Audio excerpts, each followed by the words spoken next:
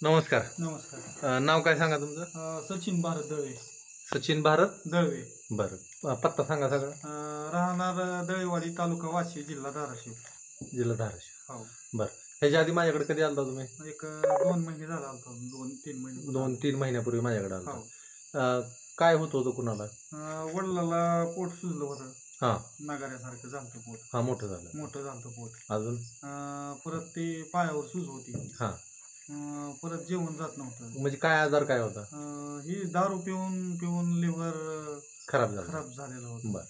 आता 3 महिन्यापूर्वी तुम्ही माझ्याकडून औषध नेलं होतं. हो. 1 महिन्याच्या औषधात काय फरक पडला?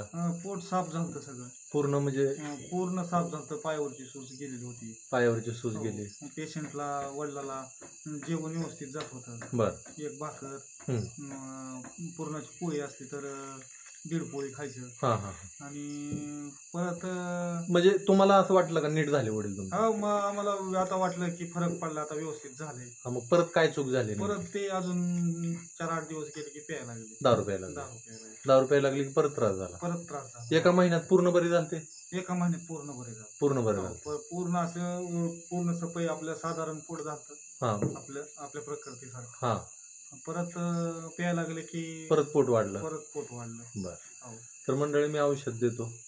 जे दारू पिऊन ज्यांचं लिव्हर खराब झालंय आणि पोटात पाणी होतंय, पायावर सूज येते, अशा लोकांना देतो आपण औषध.